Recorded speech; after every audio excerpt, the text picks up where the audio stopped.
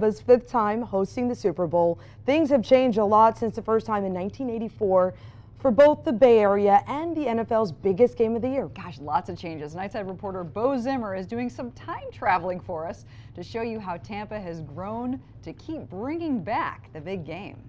Well, hey there, guys. Yeah, welcome aboard the 10 News Time Machine as we fly down to Raymond James Stadium. Crews first broke ground on the $168.5 million project back in October of 1996. The stadium officially opening 2 years later in September of '98. The modern football stadium, coupled with Florida's relatively warm winter weather, helped the city win its latest two Super Bowls.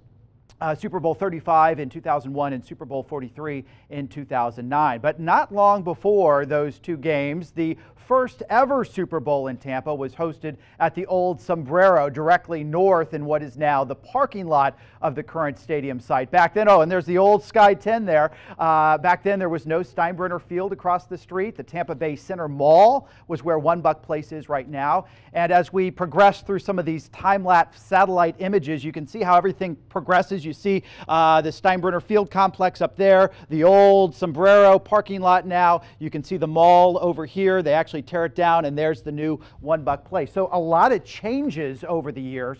And now the stadium is in the middle of a $150 million renovation. The Sports Authority says if you were at the last Super Bowl and plan to come back in 2021, you won't recognize all of the changes, either to the city or to the stadium. And of course, all of these new hotels, the Marriott Waterside, the Embassy Suites, and a number of other existing hotels, as Ryan mentioned, they're all going to have their suites reserved, but that makes a big deal in where the NFL chooses to have their next games coming. So a lot of changes coming and some big investment coming to downtown Tampa as well. And now we just have